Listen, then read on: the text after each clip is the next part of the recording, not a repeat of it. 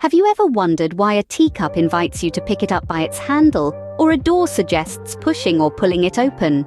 Today, we delve into a fascinating concept that explains these everyday interactions, the theory of affordances. In the world of psychology, specifically ecological psychology, affordances theory holds a significant place. Introduced by James Gibson in the late 20th century, this theory explores the relationship between an individual and their environment. It's not just about the physical characteristics of an object, but also about how these characteristics interact with the capabilities of the individual to determine how the object can be used. Imagine a flat, sturdy surface like a table. To an adult, it affords the action of placing objects on it. To a toddler learning to walk, it affords support and balance. And to a creative mind, it might even afford a makeshift drum set. The same object, different affordances. Or consider a staircase. To most, it affords ascending or descending between different levels, but to someone in a wheelchair, the affordance changes. It becomes a barrier. Affordances are not just about physical objects, though. They extend to the digital world as well.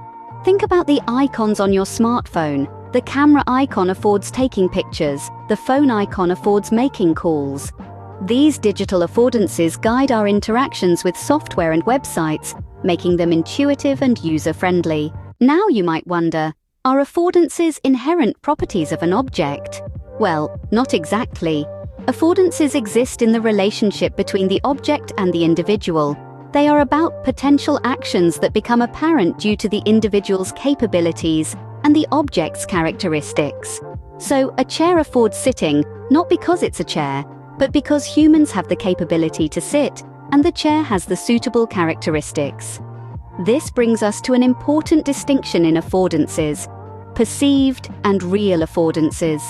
Real affordances are all the possible actions an object can offer, while perceived affordances are those that the individual recognizes. For example, a rope affords climbing, pulling, and tying, among other things. But if an individual only perceives it as a tool for tying, then that's their perceived affordance. So what have we learned about affordances theory? It's a concept that explores the interaction between an individual and their environment. It suggests that the possibilities an object or environment offers, its affordances, are determined not just by its physical attributes, but also by the capabilities of the individual. We've also learned that affordances are not inherent properties of objects, but exist in the relationship between the object and the individual. And finally, we've understood the difference between real and perceived affordances, acknowledging that an individual's perception can limit the potential uses of an object. Affordances theory, thus, provides a unique lens to understand our everyday interactions with the world around us. It influences numerous fields, from product design to user interface design, helping create environments that intuitively communicate their use to the users. So, next time you interact with an object or a digital icon, take a moment to appreciate the affordances at play.